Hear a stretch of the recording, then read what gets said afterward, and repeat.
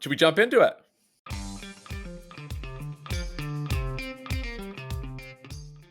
Welcome back to another episode of the Dirty Diggler Podcast. Today we have Malcolm from Solana FM. He is the head of growth. Thank you, Welcome, thank you. Very Malcolm. good to be here. Yeah, awesome, dude.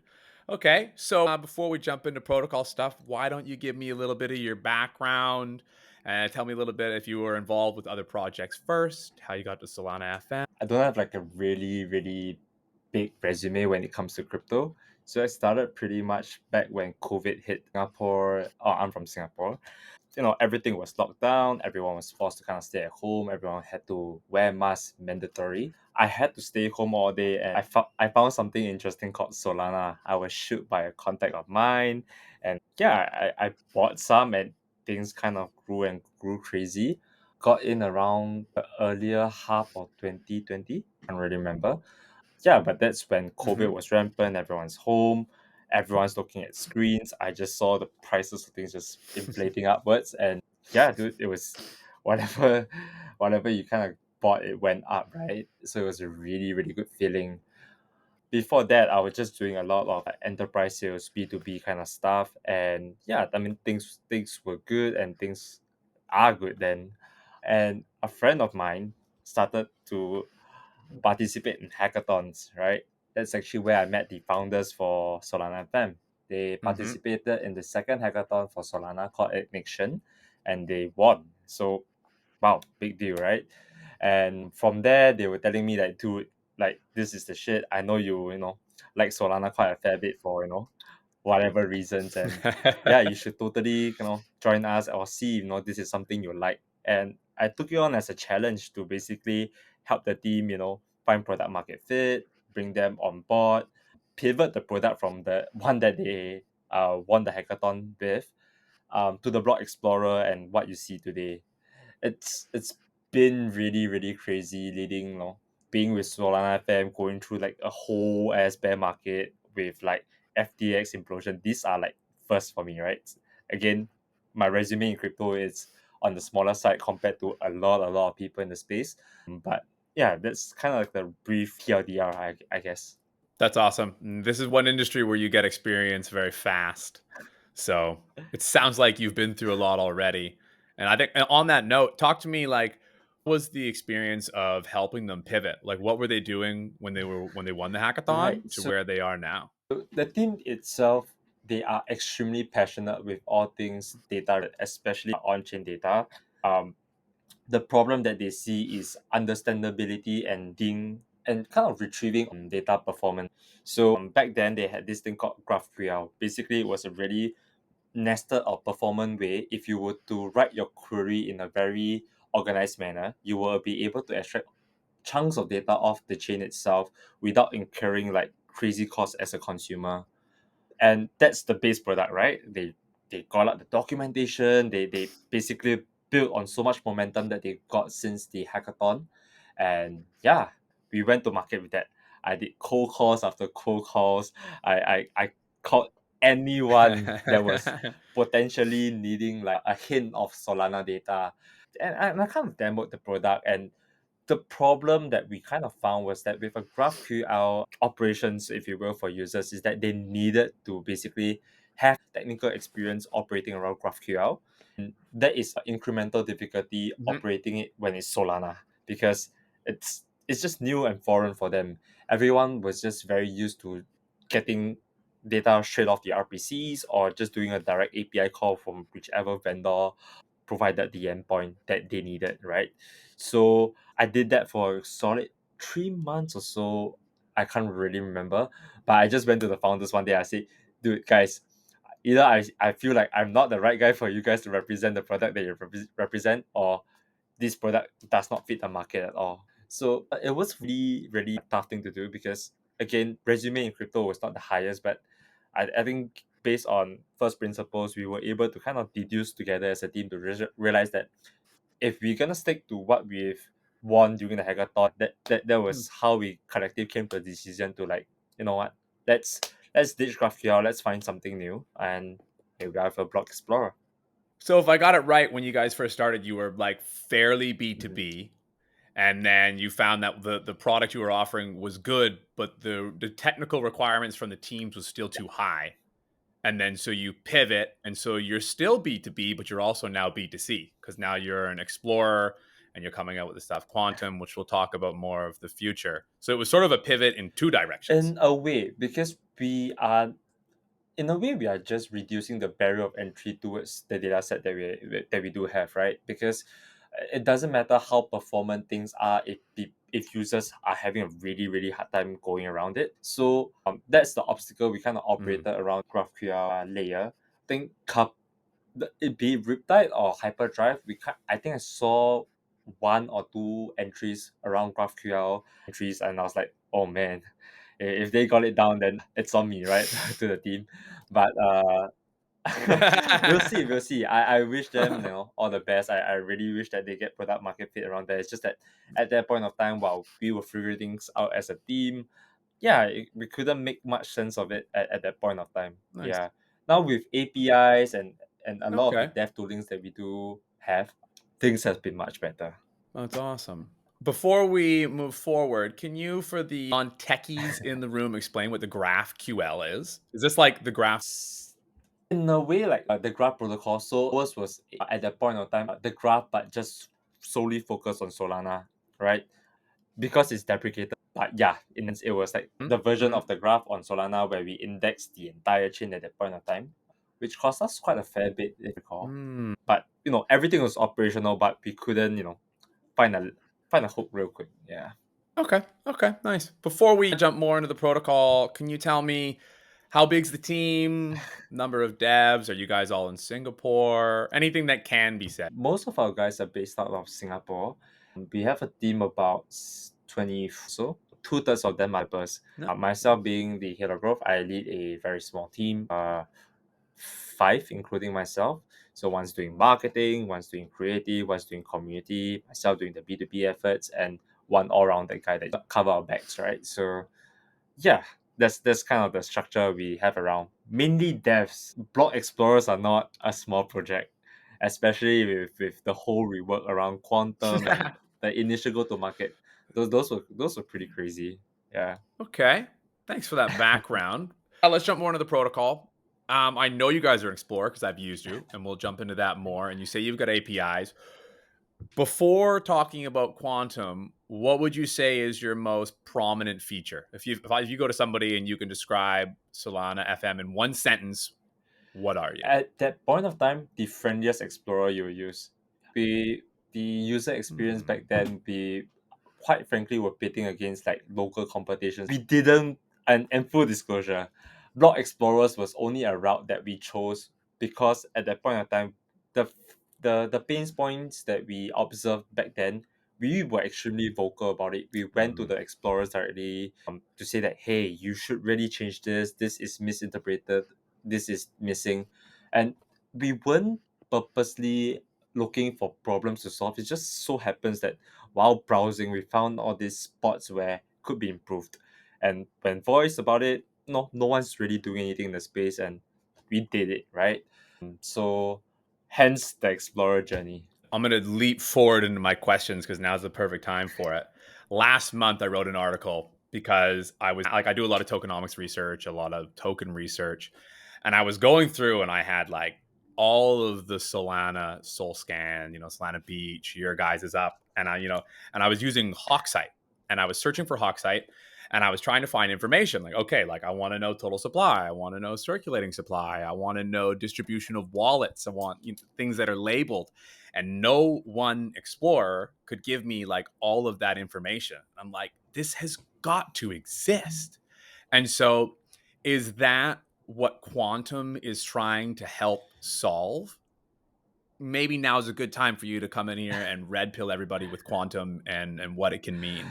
The, so Quantum's a product that we've been stealthily building since the start of March or February of this year. So we've been dead quiet on the main product itself. Of course, it's still functional. There are minor here and there.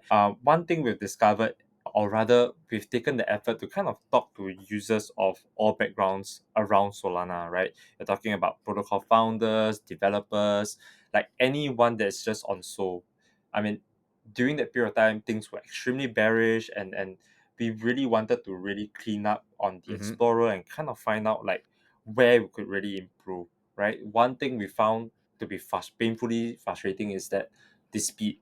The speed of which we load page to page, the speed we take to load transactions, the ability to filter, like I could go on and Hmm. on. We legit have like a Notion page where it's like, I don't know, 90 to 120 entries long, and we just had to process that tremendous amount of backlogs on like the context that we do have, and find out like without the common pain points and really optimizing around it, right? So like speed and readability. So I dare say right now on Soul FM, we are not the Solana FM, which is the Explorer at this point of time. The Explorer is not as we envision to be, because there's a lot of things that's very clunky. There's a lot of things that could have been done better. Take a transaction for example. If we are what we came up on our side, I think 3 months into making an Explorer was a graphical view of how you could view an Explorer. We call that the transaction flow, right? It's basically myself assuming I'm sending 10 to you. You are able to see Malcolm Hmm. transfer to you, but we can expand it to more complex, I guess, transactions such as Jupiter swap, showing one transaction going to the other with the hops in between. We thought that that was like a really, really good initiative. But what we realized that, with initiatives like this, it actually sometimes confuses users, right? One very big feedback was that, dude, I don't really want to see a transaction flow. Just tell me what this transaction is about, what's being exchanged. If Malcolm is buying a Matlex right now, I think for 100 so, I just want to see that. I want to see the royalties. I Yeah. want to see the fees. That's it, right? If I want more details, And you don't want to see the NFT contract. You want to see Mad Lad number something like that. 7346. Exactly. We stripped down. It took us so much time because hearing pain point was one.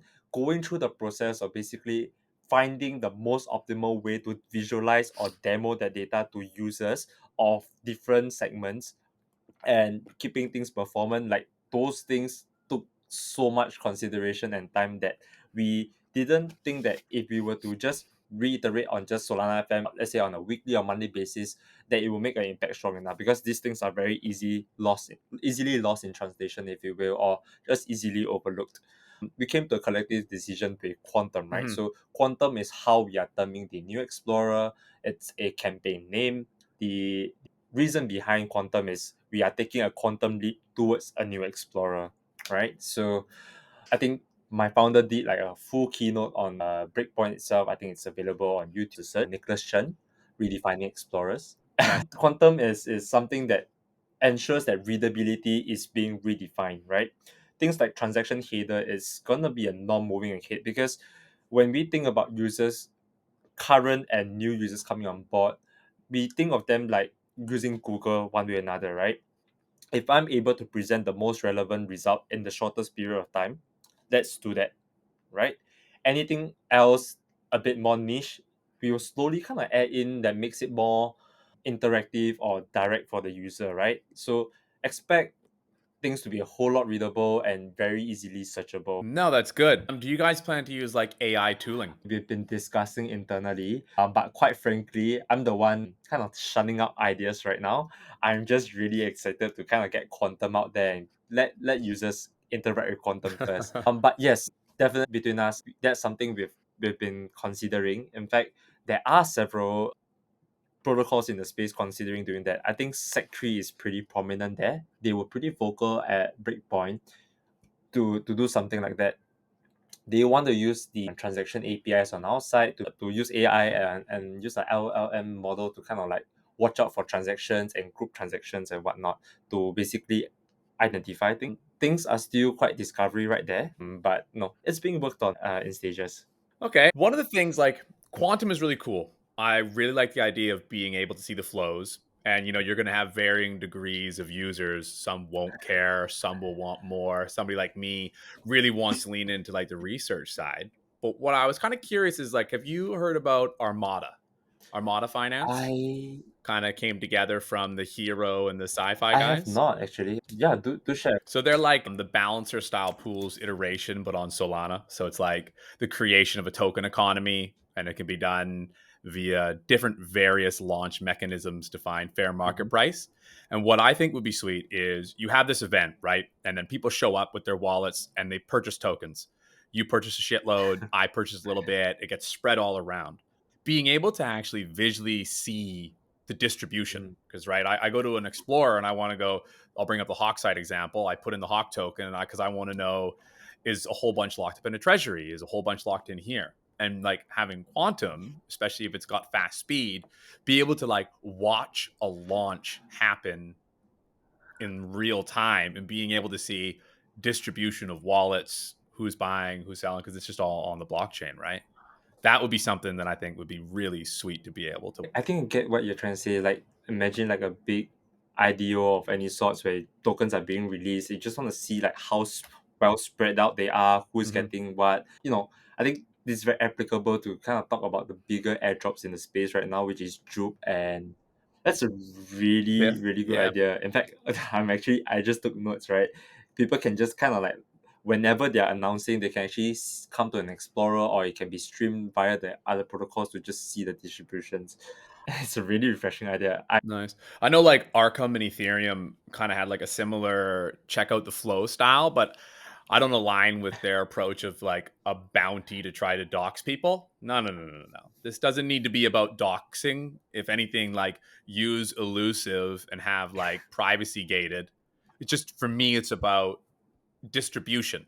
I just want to know how distributed is it, how many Mhm. people bought into it, where is it living, and then I guess the final thing I'll say about like the Explorer version is being able to label wallets. I got to a point where I wanted to be like, let's create a DAO, a community DAO of researchers in Solana. Shit, it could be multi-chain to help identify information. You know what I mean? Because you go somewhere and the team can only do so much. The team can't chase every explorer or every place their information is shared and like get things properly labeled. But when I'm trying to look up a token and I go there, I'm like, God damn it, I have no idea. Is this the treasury? Or especially when it's multi-chain? Oh my God.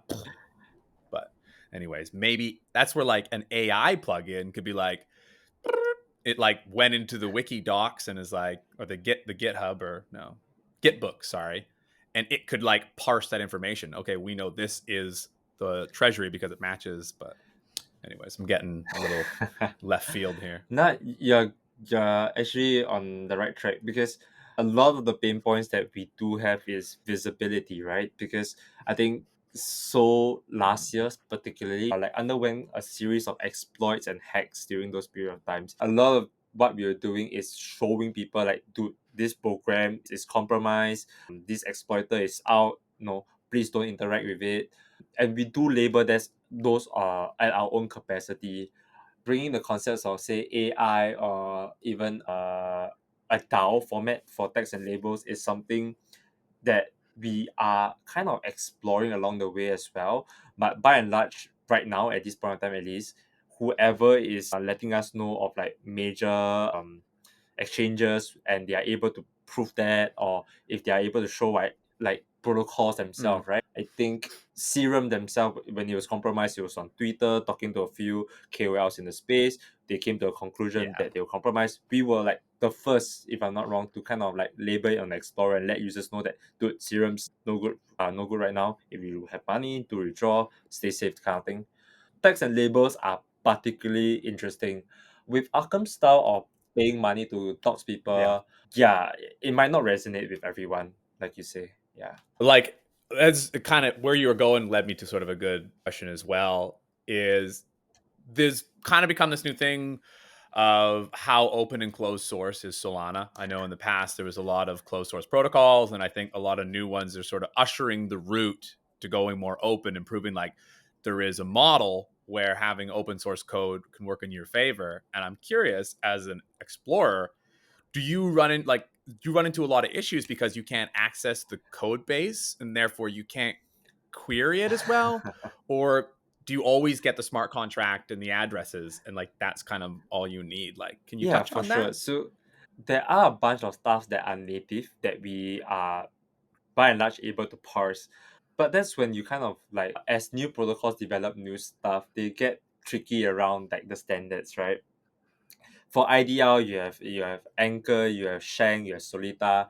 There's so many different standards to kind of conform to when it comes to smart contract development, which is why the current Explorer, we was having such a hard time, because we were not able to basically decode and parse every IDL, and that was a pain point.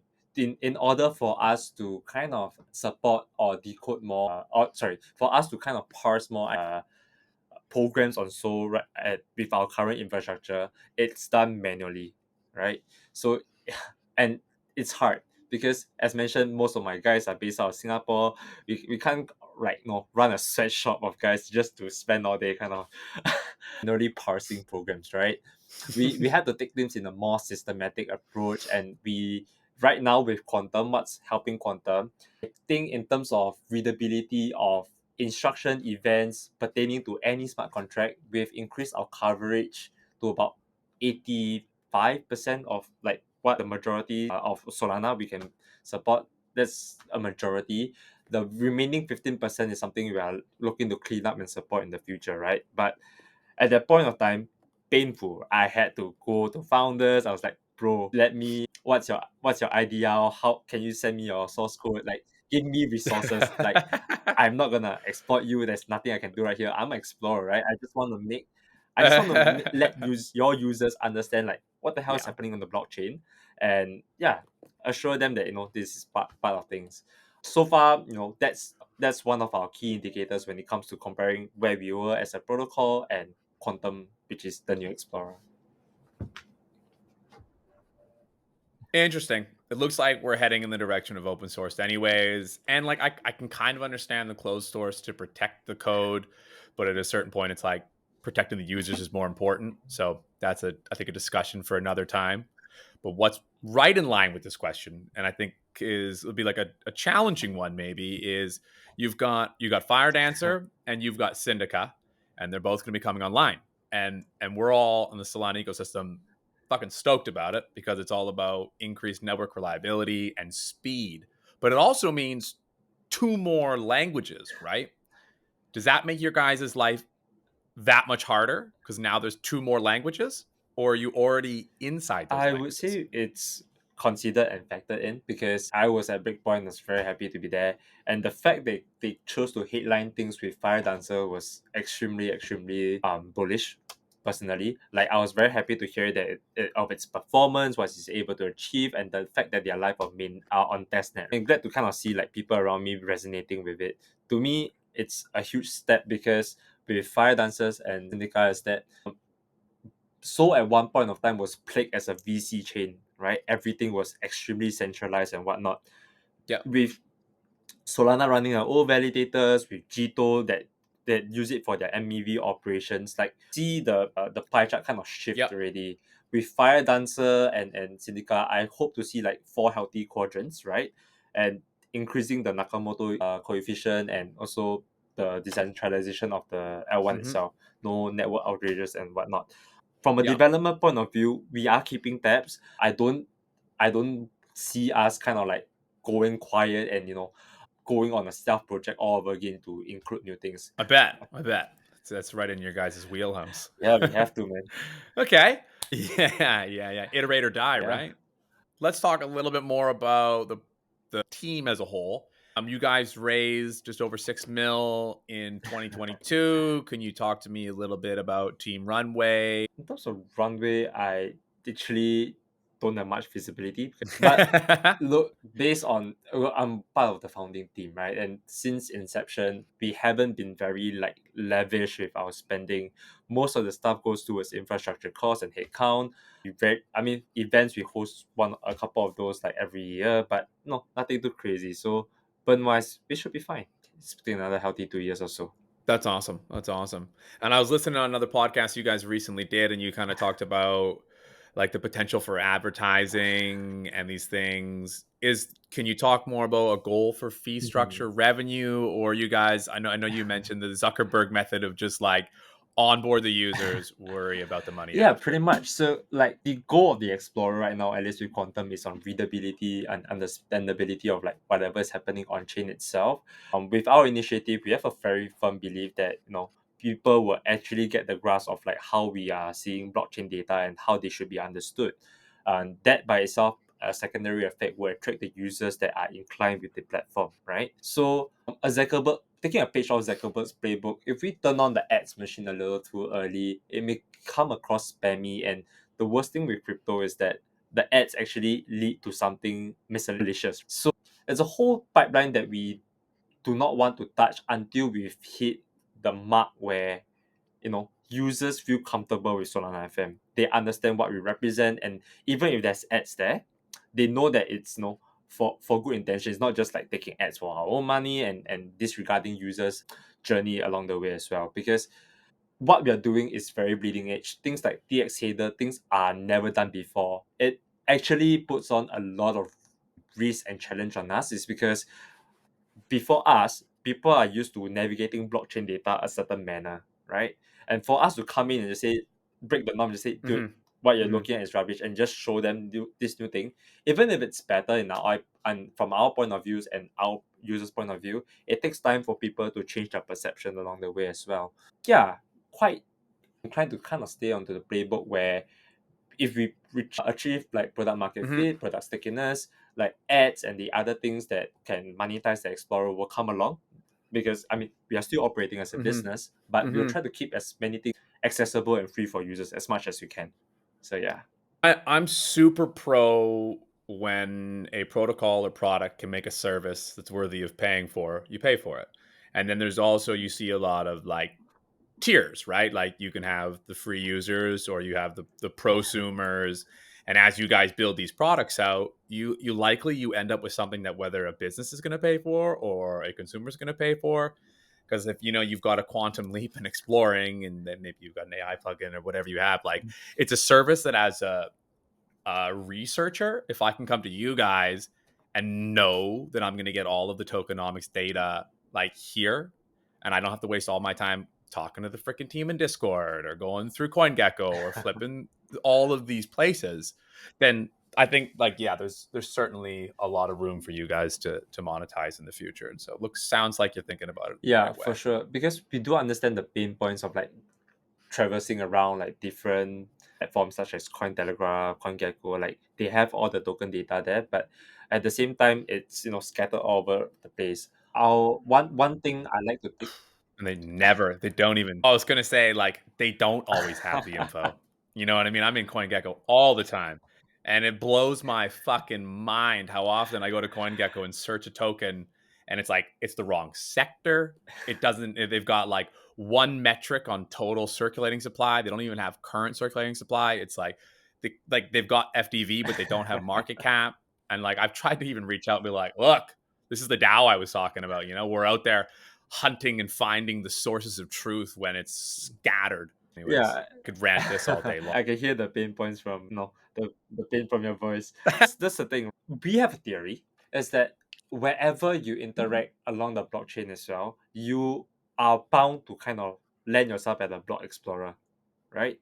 So block explorers are really Mhm, important to be mhm, done well, because by definition people will reach there, but we see them as like a phase of L1 to a degree, because through there you're able to verify transactions, you're able to look up programs, you're able to look up tokens, etc, etc, etc, etc, right? So we find it painstakingly to kind of like keep up to users expectations as we did more user feedback. But yeah, it's an observation we had.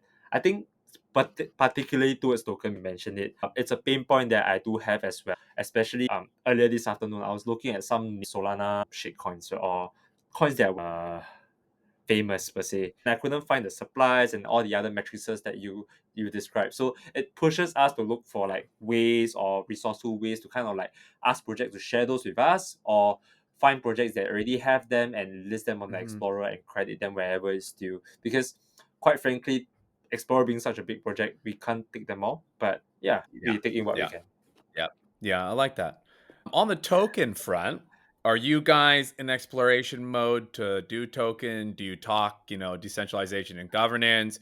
Nothing has to be final. I'm just curious because as a user, as an enjoyer, as an investor, I think we're moving towards this moment of like most protocols should consider tokens or some way of adding to decentralization. Now, if you guys are an infra and you don't need to be a token, that's also fine. You're offering a service. But I'm just curious if you have any vocal opinions you're allowed to have. I think with any crypto gathering or any podcast, about people are naturally curious to know, like, would token be something that you want to bind towards the explorer, and if so, how would you do it? We did talk about this. Personally, I did talk about this with the founders over drinks whenever we have meals. Of course. It's experimental, but we come to no clear conclusion, and we decided to just drop the idea as a whole because we thought that if there is no stickiness, if there's no users that are very bullish on what we do and stick onto what we built, there's no point talking about a token because the token will just be swinging left and right, and it will dilute what the team has been building from a usability point of view and beyond. So for now, to sum it up, no tokens, I, but I, we'll see.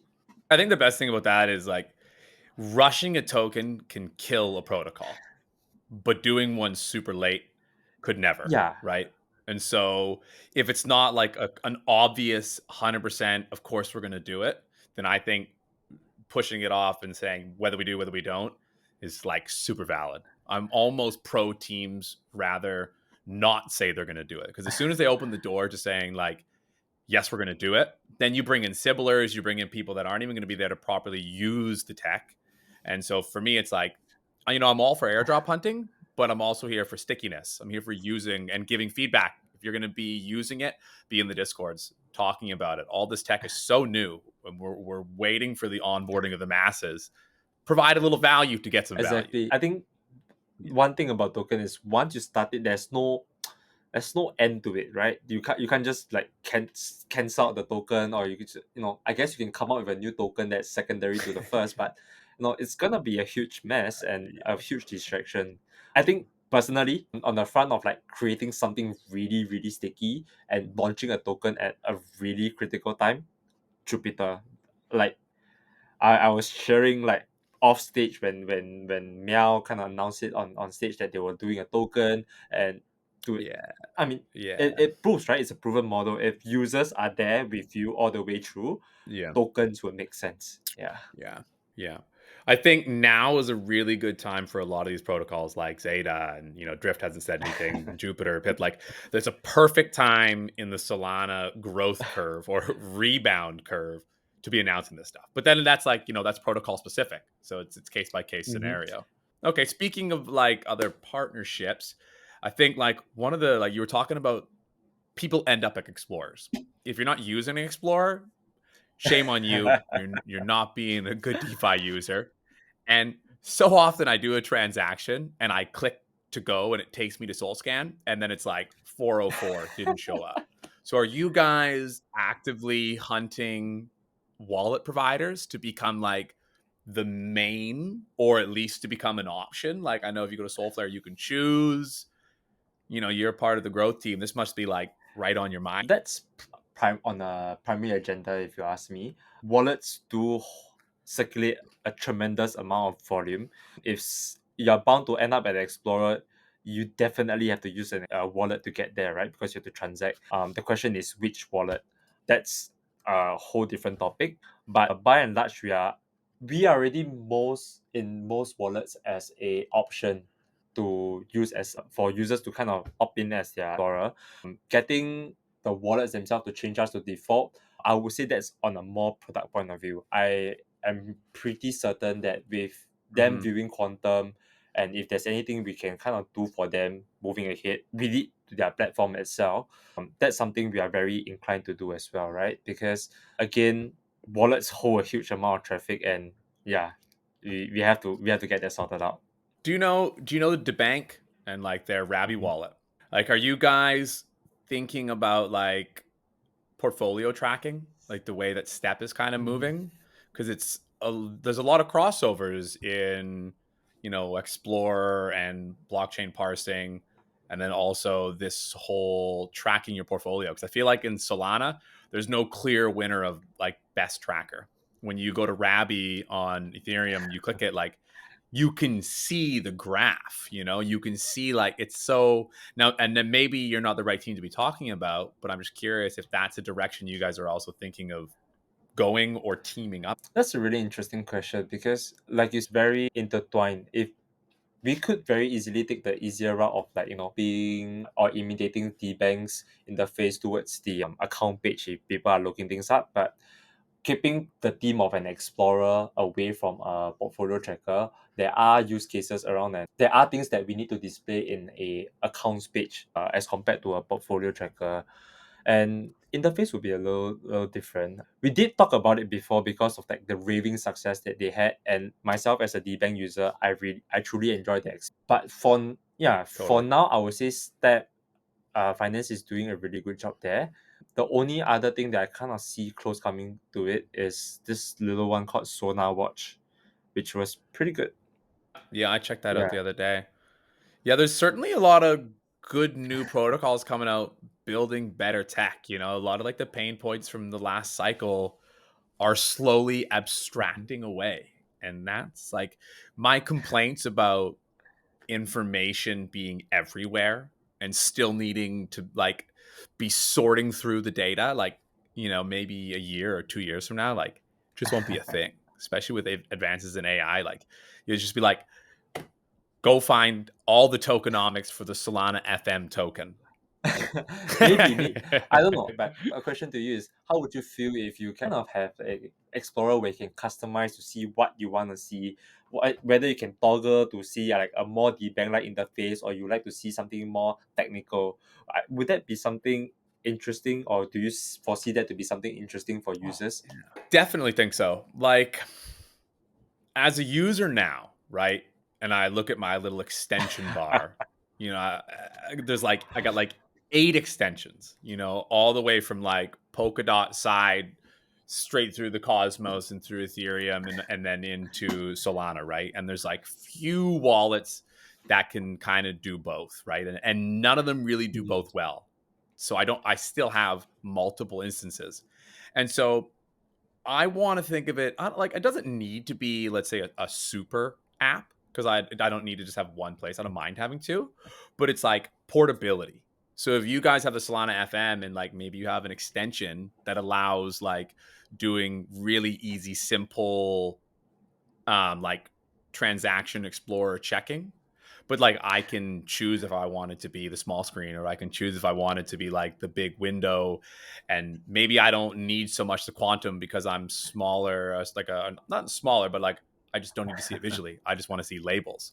So maybe you're like you can toggle label mode or you can toggle the timeline mode, or like for me, I just want trustworthy label tokenomics. Labels. God damn it. I just want labels. Because otherwise I have no idea what I'm looking at. So long story short, I rambled a bunch.